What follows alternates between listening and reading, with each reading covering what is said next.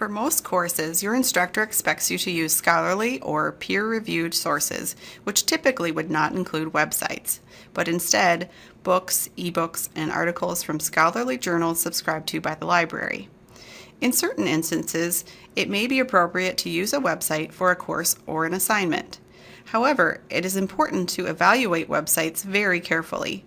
For example, the World Health Organization, or WHO, is a credible source for providing statistical information on a particular disease in a particular country.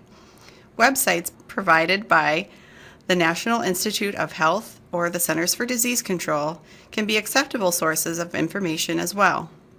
Keep in mind that there are many more websites that exist which are not credible, have a commercial bias, or are not well written or researched, and therefore would not be good sources for a university paper.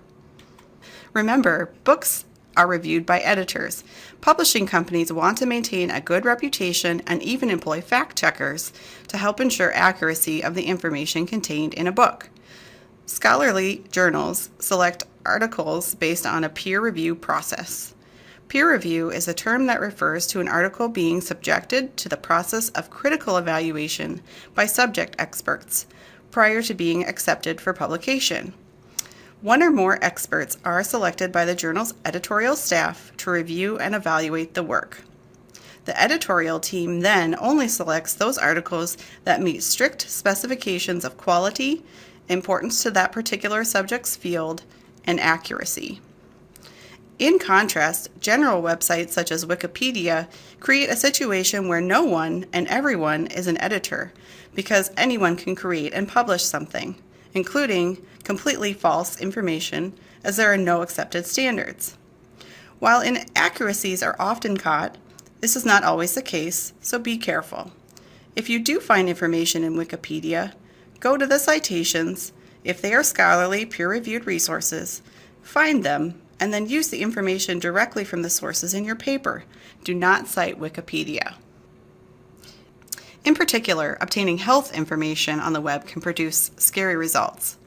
In a study published in the October 2011 Journal of the American Medical Association entitled Accuracy and Completeness of Drug Information in Wikipedia, an Assessment, researchers found that of 5 drugs that were searched for information, only 1 drug listed contraindications, only 3 drugs listed some drug interactions, and none of the drugs researched listed any suggestions for lifestyle modifications.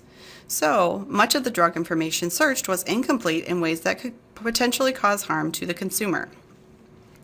Search engines like Google are not selective on the basis of quality. They are simply a listing of what's available on the web, good or bad. A 2012 study published in the Journal of Pediatrics regarding the accuracy of information found on infant sleep safety using Google, researchers examined 1,300 websites for suggestions and guidelines that would accurately reflect the Academy of Pediatrics recommendations for infant sleep safety. The results showed that 28.1% of the websites found using Google provided inaccurate information, which is nearly 400 websites providing potentially deadly information. Websites must be carefully examined for authority. Research who is the author, webmaster, or publisher. What is their authority, and for what purpose have they presented the information? Is the information accurate? Is it written in an objective manner, or is it potentially biased information? Is the information relevant? Is it current? In other words, be very skeptical of information presented on websites. Once you have verified a website and found relevant, accurate information for your topic, you will need to cite it correctly in your paper. A basic web page citation will look like this. First, obtain author information. Start with the last name followed by their first and middle initials if provided. Next, provide the date of publication in parentheses, followed by a period. Sometimes a web page will list when it was last edited. In this case, you will provide a month and a day along with the year. If the month and day are not listed, it is acceptable to provide only the year. Next, provide the title of the web page. The first letter of the title is capitalized, but the other words in the title are not, unless a word is a proper noun. If there is a subtitle, the first letter of the first word in the subtitle is also capitalized. Lastly, Include the web address after the text retrieved from. You may copy and paste the URL into your citation. However, it is important to check the URL to ensure that it takes you back to the web page where your cited information is located.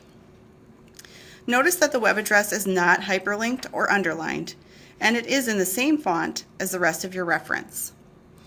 Also remember that citations in a reference list are double-spaced, and the second and any preceding lines are indented.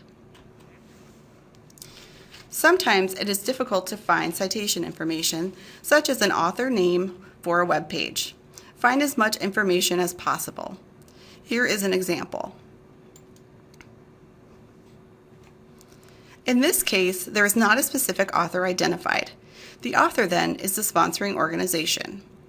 The date is available both at the top of the article and also at the bottom of the page, where you can see when this web page was last updated. The title of the article is clearly stated. Copy and paste the URL and double check that the link takes you back to this page. The completed citation for this web page should look like this. If you have further questions about locating scholarly publications, evaluating websites, or APA citation style, please contact your health sciences librarians.